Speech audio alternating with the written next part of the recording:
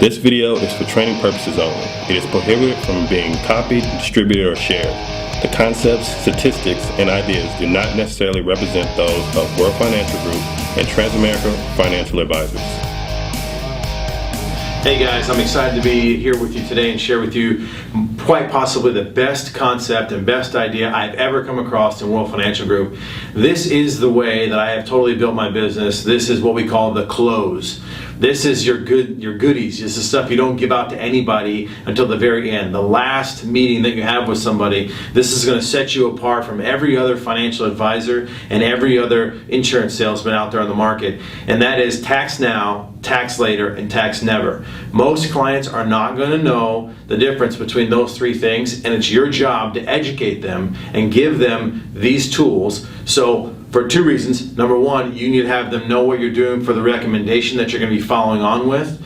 And also, this is a way for you to prepare those clients for when somebody else comes behind you and says, hey, why didn't you get a mutual fund? How come you didn't do a 401k? Why is it that you didn't do a Roth IRA? Or whatever it may be, they can sit down and say, well, I don't want to pay tax on this, or I thought maybe tax defer was here. This was the better reason. They have an education to help combat those people who are going to come back behind you and try to get that business removed from your book. So let's get started. We're going to start right away with tax now. So I'm going to teach you guys this from an aspect of a teacher and trainer. We're also going to see this with a client on another presentation, but right now this is just for training purposes, okay? So here we go, tax now. Let's get started.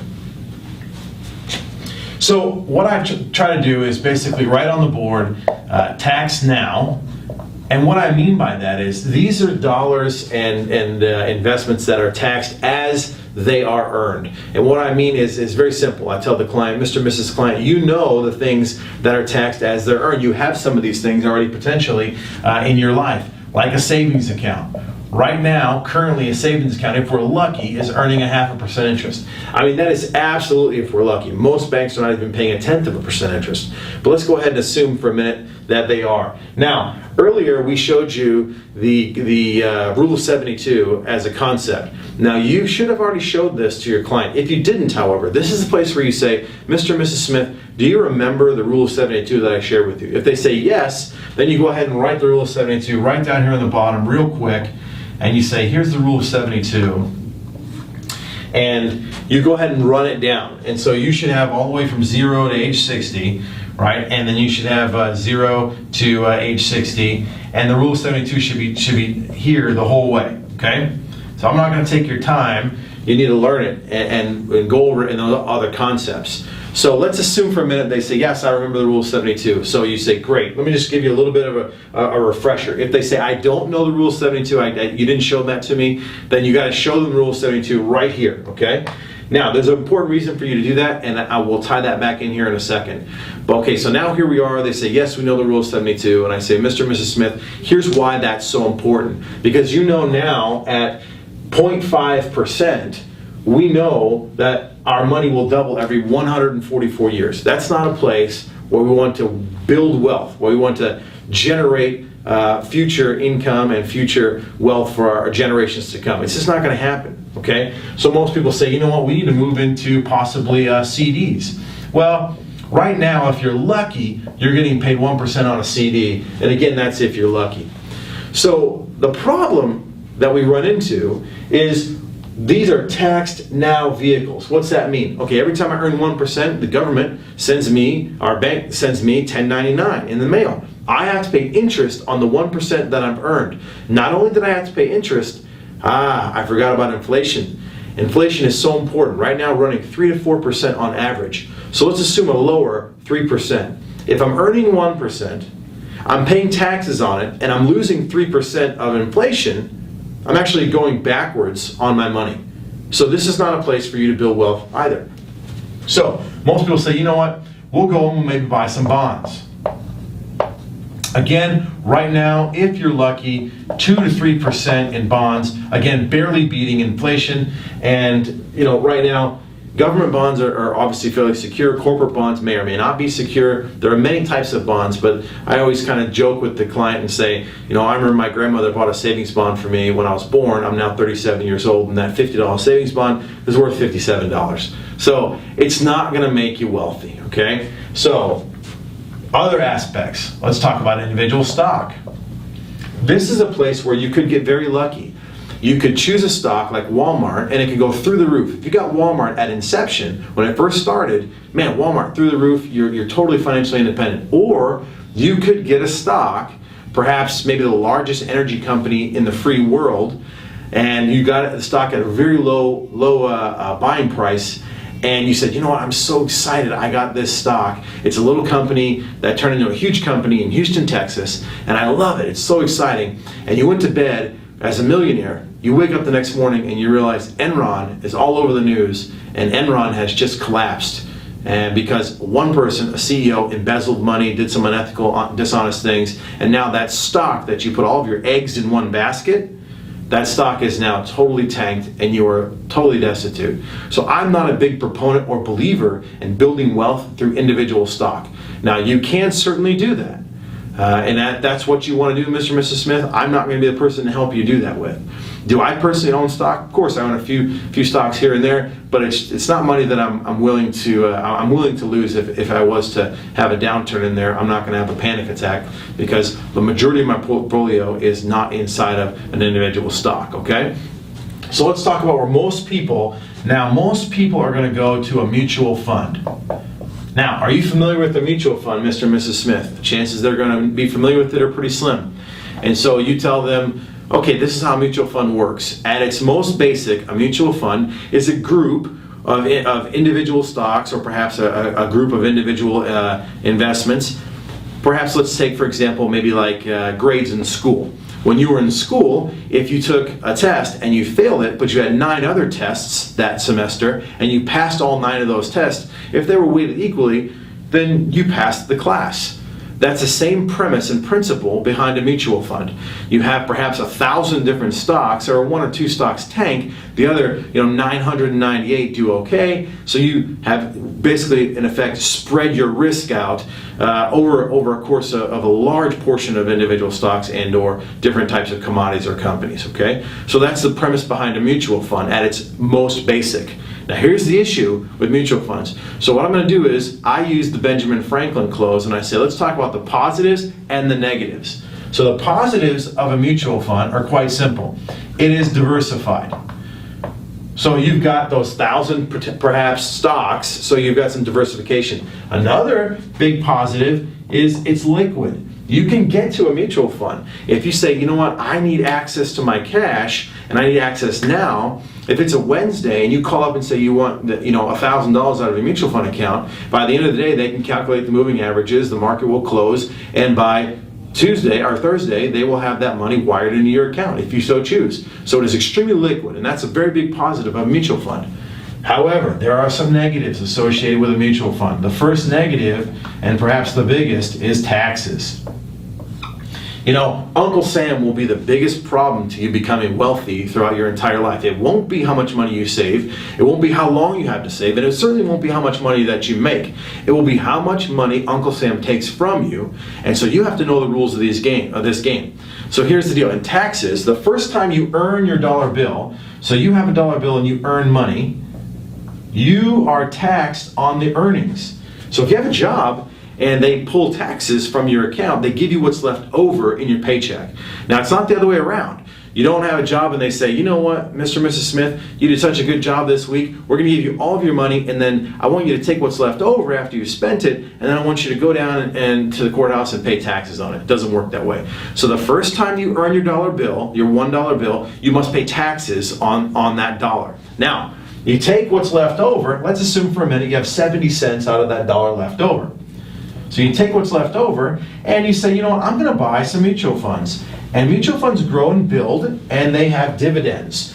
So as the fund pays a dividend or makes money, you must pay taxes. Just like a 1099, you earn interest on that mutual fund that year, so you've got to pay taxes on that mutual fund. Now, in some cases, you can choose to roll that dividend into future gains, but you still may wind up paying taxes. Okay, so here's the third reason. Capital gains tax. If you don't know what capital gains tax is a tax above and beyond your normal tax bracket. Now, there are instances where you may be taxed in a mutual fund without actually making any money. You could actually lose money in a mutual fund and still have to pay taxes. How does that work? Well, very simply, you've got 1,000 different stocks.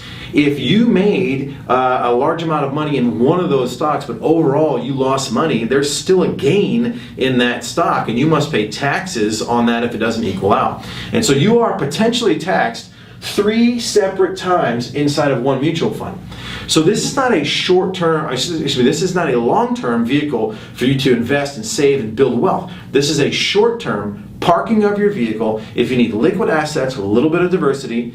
You know, Robert Kiyosaki says mutual funds are like French fries. They'll fill you up, but they're bad for you in the long run. So this is not a place where you want to put your money on a long-term basis. We want our money moving towards destination financial independence. We want it moving at light speed. We don't want Uncle Sam, every time we take a step forward, to reach in and pull the money back out in taxes. That's going to totally devastate your compounding interest, and it's going to totally devastate the end statement for you financially by the time you're 65 or 70. So that's tax now. We're going to quickly move into tax later. Here we go. Excellent, guys. Here we are on tax later. This is going to be awesome for you guys. I'm super excited to share this part with you. So pay attention. All right. So now we've talked a little bit about, here we go, about tax now. So let's move into tax later.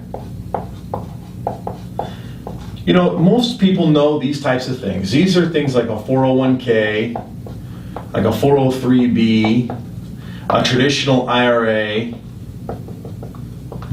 a SEP IRA, and there are some others, okay? But for the most part, and you can check schwartzone.com, and there's an actual PowerPoint presentation for you to go step by step by step to learn these and memorize these. What I'm trying to do today is just give you the words to use in front of a client, okay? So you can study this at schwartzone.com with the PowerPoint presentation under concepts on the training manual, okay? But let's assume for a second, most people know a 401k. Let's just use that, okay? So let's talk about the positives and negatives of these types of vehicles, okay? First positive of a 401k is tax deferred growth. So now your money is growing tax deferred. As the money builds and grows, Uncle Sam does not reach in and pull out any taxes. So that lets you take advantage of one of the greatest miracles of the world, compounding interest. And so the next part is this. You know, you can have matching money in these things. If you have a client, or excuse me, if you have a company that says, you know what, James, if you put in 3%, I'll go ahead and match you and put in 3%. Well, that's free money. That's a 100% rate of return, whether or not you make any money or not. So if they're going to match you, I encourage you to let your clients just go ahead and go with what they're matching and say, listen, but if you're putting in more than they're matching, I might have some better ideas for you, Mr. and Mrs. Smith, above and beyond what they're matching. I think we can do some better things with those dollars, okay? But if they're matching, let's take advantage of that. Now, you can put as much as, and check the date on this, because every year this number changes. And so check the PowerPoint slide for the exact, the PowerPoint slide will always be up to date. Check the slide for the exact amount of money. So in this case, you can put up to $56,000 a year into some of these vehicles. Now the key here is to say some of these vehicles, because you can't put $56,000 into a 401k, but you can certainly put $56,000 into your SEP or an annuity or anything like that, okay? So check the date on that, make sure that number is right, because they change every year. So that's a powerful thing, Mr. and Mrs. Smith, that you can put a lot of money into this account. Why is it a powerful thing? Well, because the government's going to limit you on how much money you can place into a tax advantage vehicle, and you'll see that here in the future. So from here on out, Mr. and Mrs. Smith, I want you to keep in mind who's really in control of your money. Are you in control of your money, or is the government in control of your money? That's what I want you to be thinking about. Now, the final thing that's a very positive thing for us is there are no income limits. Well, what do I mean by that? I mean, that sounds kind of strange. Well, what I mean is, it doesn't matter if you make $10,000 or $10 million, everyone can invest in a 401k. That's why the janitor of IBM, just like the CEO of IBM, can invest inside of the 401k. So that's a really unique opportunity, because again, the government's going to limit you on how much you, if you make a certain amount of dollars, they'll limit you on how much you can contribute and where you can contribute. So you got to pay attention to that, okay? So here's some of the negatives. The first negative, I'm going to write down, is the word seed. You realize that the government right now is telling you, don't pay taxes right now on the amount of money that you know what you owe on. Just pay them later. So my concern is this. If you think of your money as a seed, small amount of money, relatively, okay, a couple $100 a month, let's say. If we do the right thing with that money, we plant it, we cultivate it, we weed the garden, we take care of it, we water it, and it grows into a crop of money later on down the road, what's bigger, the seed or the crop? The crop's bigger all day long. And that's why the government tells you, don't pay taxes on the seed, just pay them later. Because it's a larger amount of money. They're going to get more taxes on a larger amount of money. So I sometimes will tell a story, I call it the corn story. It's just like this. Mr. and Mrs. Smith, let's picture we went to the store and you took your car, not your truck, you took your car and you said, let's go ahead and buy some corn seed to plant in our field, in our backyard. We've got a couple of acres.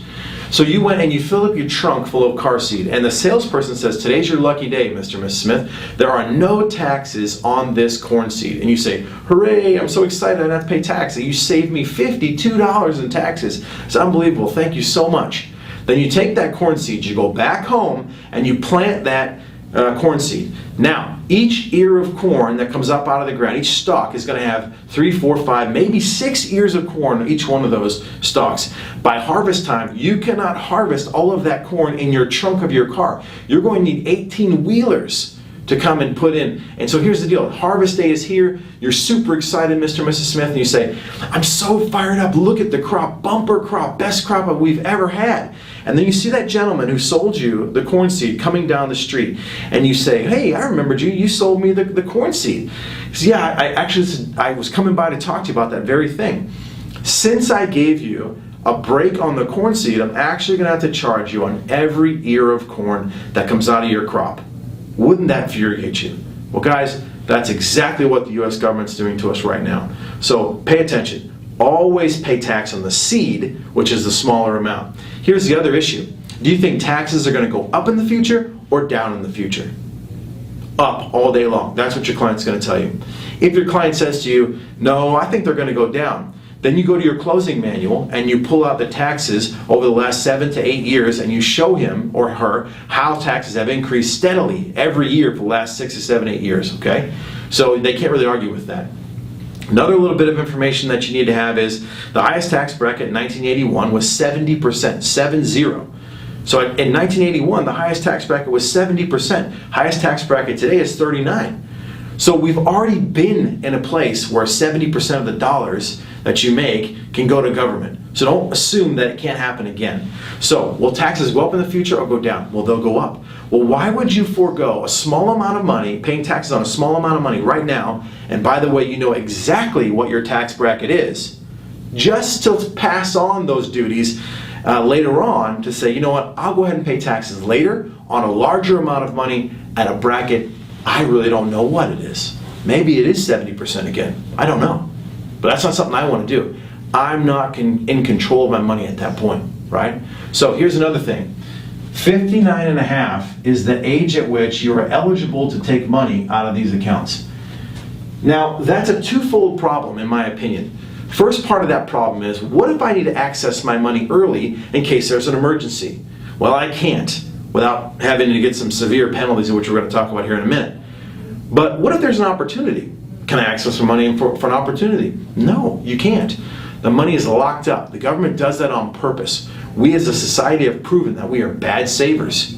So, without making us do anything extra, at least if they put the money in this account, they make it kind of difficult for us to get the money back out. So we've got something set up for a retirement or savings account. So that's the first part of the problem, is we cannot touch the money before 59 and a half, which we may have an opportunity or an emergency. And by the way, the likelihood of an emergency coming up in your life is pretty good. And I asked the client, Mr. and Mrs. Smith, what's the likelihood of an emergency coming up in your lifetime? Someone passing away, someone getting sick, a fire, car breaking down, something happens. What's the likelihood? And they will tell you every time. It's pretty good. So the second part of that problem is, it started off at 52, moved to 57, moved to 59 and a half. This is a moving target. The government dictates when they want to move this age bracket. This is not something that we vote on as people. We don't go to the polls and say, yes, I want to vote for President Obama and I want to vote to raise the 59.5 to 65. You just don't do that.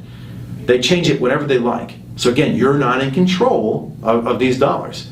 So who knows if you're 35, 40 years old, or even if you're 50 years old, who knows 8 to 10, 12, 13, 15, 20 years from now, what that's going to be. What if it's 65? What if it's 75? What if the government moves to 75 before you can take money out of this account? How does that make you feel? Well, what if you were 59 and a half and you said, you know what, they moved it on me. They moved it to 65. Well, I put it in when I was 59 and a half, so I'm grandfathered. No, you're not. You're not grandfathered in. It moves and you must move with it. So if you're 59, 5 months and 30 days and the rule changes, you're stuck until they move it. Now let's assume they move it to 65 for a second.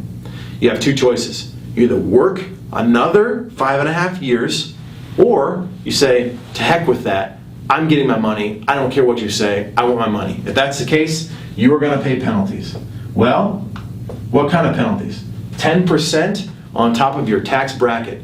So if you're at a 30% tax bracket with a 10% penalty, that's 40% of your dollars are going to Uncle Sam. So if you liquidate your 401k and you've got $1 million in there, $400,000 goes to the government in taxes and penalties. That's ridiculous. So, do we have any liquidity? Absolutely not. We've got no liquidity and no liquid accessibility to those assets. So, can we take money out? Sure, we can borrow money out of these accounts, but we're doing exactly that. We're borrowing money. So if you have a 401k and you want to use money, guess what happens? The company charges you dollars of interest on your own money. Isn't that crazy? So I want you to think about something, by the way. If you have an outstanding loan and you were laid off, you're fired, or you quit, you have 30 days to put that money back into your account, or they will tax you, penalize you, and keep the interest that they told you that they would give you back in the borrowing. If you don't lose your job, you have 5 years to put that money back into the account. So you have to start paying that money back. It's kind of crazy. Again, who's in control, right? So age 70 and a half, that's the age at which you are forced to take money out of these accounts. The government's been patient. We started at 35, here we are 35 years later, and they say, you know what, we want our taxes. It's about time. If you don't take your taxes or take your money out of this account under your required minimum distributions, if you don't do that, they begin taxing you as much as 70% of the money in the account. So you got to understand the rules. You know, there are two tax systems in America, one for the informed and one for the uninformed. You must get informed on how these things work. One more thing is plan completion. And what I mean by this is, you know, there is no plan completion inside of a 401k. If you have an emergency, or if you need money early for an opportunity, you want to buy a car, help somebody go to school, someone passes away, you have no plan B. Plan A says, if I live to be 59 and a half, great. If my money goes up and the market never goes down, if I don't need to ever access my money for an opportunity or emergency, everything happens exactly the way that I said it was going to happen, I don't lose my job, then plan A works. But guys, how many times is that actually going to happen in life? So Mr. and Mrs. Smith, you need a plan with a plan A and a plan B. And I'm submitting to you that this does not have any plan B. If you die early, then the money that you have in that account goes to your heirs, but they have to, they have to pay taxes on those dollars, and whatever's in that account goes to your heir. So let's assume for a second, you just started your 401k and you put in $500. Is $500 going to make a real difference for you and your family if someone passes away? They're not going to deliver. They're not going to say, well, you know what? If you, Mr. Smith, if you would have passed away at 60, you would have had $1 million. So we're going to go ahead and give you $1 million to your wife to take care of all the problems and all the duties and tasks that you have for your family since you've been removed from this planet, right? They're not going to do that. So what they do is they give you exactly what's in the account, okay? So that's tax later. We're going to move into tax never, which everybody always wants me to skip to, but this is going to be awesome for you guys. We're moving into tax never. All right, guys, here we are. We're going to move into tax never, and this is where it gets really fun and really awesome. So let's take a look at tax never.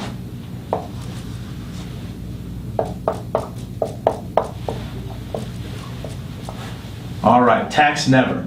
there's only really two things in Tax Never that are available to our clients: a Roth IRA and an IRC 7702. So let's talk positives and negatives again. And let's talk positives and negatives about the Roth first, okay? First positive of a Roth. Well, the money grows tax deferred. People say, James, no, a Roth is tax free. We don't have to pay taxes on a Roth. No. A Roth is only tax free once you reach 59.5. If you access the money in a Roth IRA before 59.5, it is simply tax deferred. So, now, next positive, tax free. If you reach 59.5, you do not have to pay taxes on the dollars that this account is accumulated to. That's powerful. It's a big deal. Now, seed. We learned earlier that the seed is always smaller than the crop. Always smaller. Pay the tax on the seed, not the crop. Easy. We got that. Now, you've got some safety built up in a Roth because you have choices. Now, what do I mean by that? Well, think of a Roth as a wrapper. It's just like a candy wrapper. Inside of that wrapper, the wrapper could be golden on the outside, but inside of that wrapper, you could have a peanut butter candy, a chocolate candy, a caramel candy, a nougat candy, whatever it may be. So it just wraps around that candy. So a Roth IRA can give you choices. You could actually designate your Roth IRA, wrap your savings account with the blanket or the wrapper of a Roth IRA, and now you don't have to pay taxes on your savings account. Now, you really wouldn't want to do that because earning 0.5% interest is really not in your best, your best interest. So, you can make your Roth gold, you can make your Roth real estate, you can make your Roth mutual funds, you can make your Roth lots of different things, stocks. So, you get the point here. It's just a wrapper. So, in 2008, for example, when the market was tanking, in a 401k, you only have certain choices. It's called a platform. All you have is certain choices. So if all of those choices are going down, you're stuck going down. You have nothing you can do about it. But in a Roth IRA, had your money been in a Roth IRA and the market started tanking in 2008, all you got to do is say, you know what, I'm pulling money out of there and I'm rolling it into a savings account at a bank. You didn't earn anything, but you didn't lose anything either. And one of the rules of money is, what? You guys remember? First rule of money is never lose money. So make sure that you're addressing this to your clients, okay? Here we go. Let's talk about the negatives. Well, right now, $5,500 is the most you can put into a Roth IRA. So, Mr. and Ms. Smith, you told me right now that you guys wanted to contribute $500 a month. We're already maxing out the Roth IRA, and you're just getting started. So this isn't something that we need to probably move forward on if you're already maxing this out. Now, can the husband and wife both have a Roth IRA? Sure, they can. But can the husband have two Roth IRAs? No, you cannot. You can only have one Roth IRA. The government's not going to give you tax-free money, allow you to put as much money as you want into the account, and then also have you have as many as you'd like. By the way, there's one other thing that the government's not going to allow you to do. If you make too much money, they won't let you invest in a Roth. You have income limits. So check the Schwartz One website for that PowerPoint to tell you what the income limits were. But the most recent that I remember is pretty simple. If you make about $126,000 as an individual or $166,000 as a married couple, you can no longer invest in a Roth IRA. Now, I don't know if those numbers are accurate based on the time of the video that we're watching, but you need to check Schwartz One. The PowerPoint will always be accurate. So in this case, you may have a couple clients that already make more than allowable into the Roth IRA. And I have had clients put more money into that and not know that they were over the limit and had to wind up paying penalties. Here's what's crazy. Everything below this line still applies to a Roth IRA except the 70.5. You still have to be 59.5. There are still penalties to use it. There is still no liquidity. You can borrow money out and there's no plan completion. There is some benefits, however, with being tax-free. So that's a Roth IRA. Let's talk about the IRC 7702. And this is when you have to get a little bit animated with your clients in front of you. So an IRC 7702 is a little bit of life insurance wrapped with an investment, a savings, not an investment, wrapped with a savings. That savings goes together just like a Reese's peanut butter cup. You can't have one without the other. You cannot have the life insurance without the savings, you get the same benefits that you're getting inside the IRC 7702. Now, this is known as an indexed universal life. What's so cool about that is it's exempt to any taxes, any judgments, lawsuits, liens, bankruptcies, or malpractice. This is totally wealth sheltering. This is something that you do not have to disclose on student aid forms. So for me, for example, all of my kids have IULs based on them set up for their school. Because if I set up a 529 plan, which by the way is over here, if I set up a 529 plan for my child, then I could potentially be taxed, and I will definitely be penalized when I fill out a student aid form known as a FAFSA. When I fill that out, I'll be penalized because they'll say, your mom and dad have plenty of money saved up for you. They set it aside for you to go to college. Let's just go ahead and use that. My kids won't be able to access or have abilities to, or at least as much ability to, go ahead and get a grant or a scholarship. So we use these types of vehicles, 7702, as a wealth sheltering vehicle. Now, some of you may say, well, the life insurance part, I'm not sure about that. Well, I'll give you an example. Let's say there's $25 goes to life insurance and $75 goes to a savings program. The $25 is constant inside the life insurance, but the savings program can be increased. So if you want to put $200 in the account, the $25 is still the same, but now you have $175 working towards your savings program. The great part about that is when the market goes up, you participate in the upswings. However, they will cap you at a certain amount. Check whatever product it is you're using, and you will have a cap. If you're using Western Reserve or using ING or using Pacific Life, find out the cap. Let's take, for example, Pacific Life. Pacific Life has a cap currently on their 2-year index of 32%. So the market goes up. You can participate in the upswing of that market up to 32% rate of return, mirroring an S&P 500. So this account will mirror a market like the S&P, the Dow Jones Euro, the Chinese Hang Seng. You can choose which markets you mirror. But in this case, you're capped at 32%. And people say, well, I don't like being capped. You say, great, but here's the great part.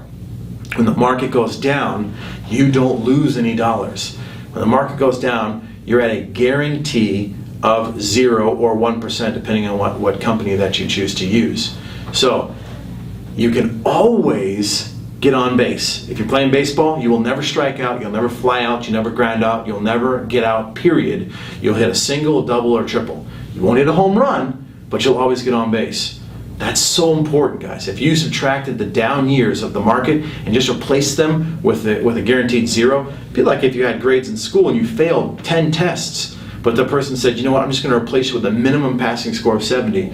You passed the class. That's the premise behind this type of vehicle. So learn that vehicle, know that vehicle, and then here's what you need to say, Mr. and Mrs. Smith, and you got, by the way, you have to know this product. You have to pay attention, study it, you have to get it from whatever product provider you're using, okay?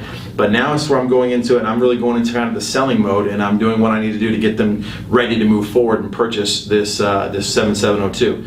So we've talked about all the things on the board. So here we go. I say, Mr. and Mrs. Smith, here's what I want to talk to you about that 772. Now you know that it can go up with the market, but there's no downswings. You cannot lose money in this account. If you got a little bit of life insurance wrapped with a savings program, it offers you all the benefits. I basically say, you know, let's think about this. You know, some people say, well, I don't need the life insurance, James. I understand that, but why do you think Donald Trump or Ross Perot or Oprah Winfrey or Tiger Woods, you know, Jay Leno, why do these guys have, they're billionaires, why do they have life insurance? They use life insurance different. They use life insurance differently than the poor and the middle class do. The poor and middle class use life insurance in case someone dies, they've got a death benefit. In this case, they use life insurance to shelter and protect wealth and transfer wealth from one generation to the next, because a life insurance benefit is the only vehicle that is tax-free upon death. So whatever you've accumulated in the savings portion plus your life insurance benefit go together.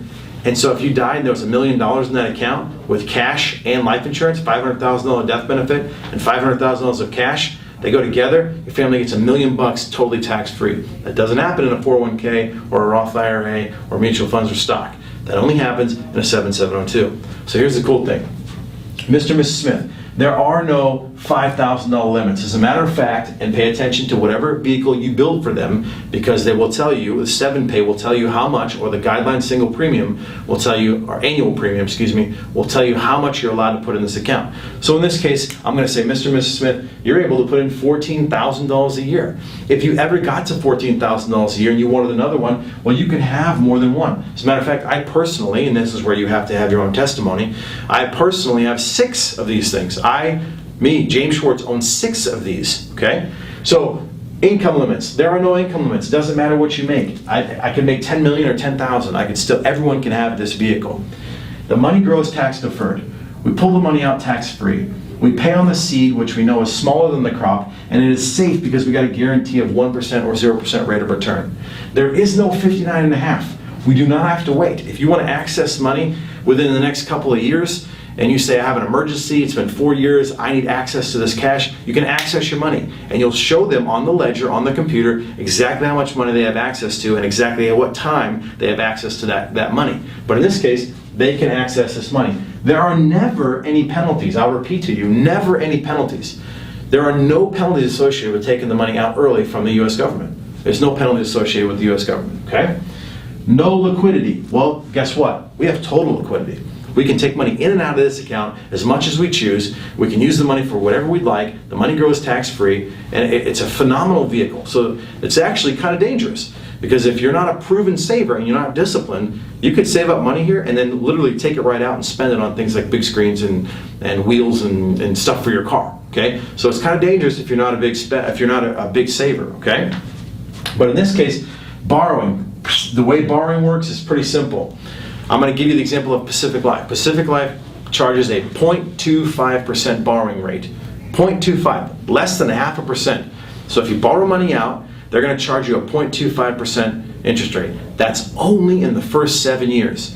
After the 7-year mark, there are no borrowing charges. It's what's called a wash loan. Read the brochure and I'll explain wash loan in depth. So if your client has a question about that, you know how to combat that question and come back with an appropriate answer, okay? Now, last couple here, 70.5. We told you there is no 70.5. You don't have to worry about that. They can keep the money in there until they're 120, okay? Total plan completion, because you've got a life insurance benefit attached to a savings program.